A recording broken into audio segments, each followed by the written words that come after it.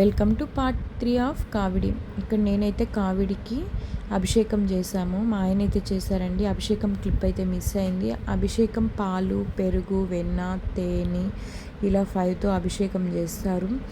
దాని తర్వాత ఇలా కావిడికి మొత్తం పసుపు రాసి, విభూది రాసి, కుంకుమ బొట్లు అయితే పెట్టుకుంటారు. బుట్టలకి కూడా ఈ బుట్టలకి క్లాత్స్ ఉంటాయి, అవి కూడా మనం ముందు రోజే వాష్ చేసుకోవాలి. దాని తర్వాత ఈ కావిడి బుట్టలో అసలు ఏం వేస్తారు, అసలు కావిడి ఎందుకు ఎత్తుతారు అంటే, యాక్చువల్గా నాకైతే మొక్కుబడి అండి. చిన్నప్పుడు నాకు తలలో గడ్డ వచ్చిందని మా నాన్న మొక్కున్నాడంట. సో ఈవెన్ మా నాన్న చనిపోయినప్పటికీ నేను ఎవ్రీ ఇయర్ ఎత్తుతాను అనమాట, ఎందుకంటే ఆయన మొక్కుకున్నారు కాబట్టి. ఇంకా మా నాన్నమ్మ, మా మమ్మీ చెప్పారనమాట. సో నాకు ఎప్పుడైతే తెలిసిందో అప్పటి నుంచి ఎవ్రీ ఇయర్ మిస్ కాకుండా ఇలా కావిడైతే ఎత్తుతాను. ఎందుకంటే ఏది పెద్దవాళ్ళు చెప్పింది మనం కంపల్సరీ వినాలి కదా.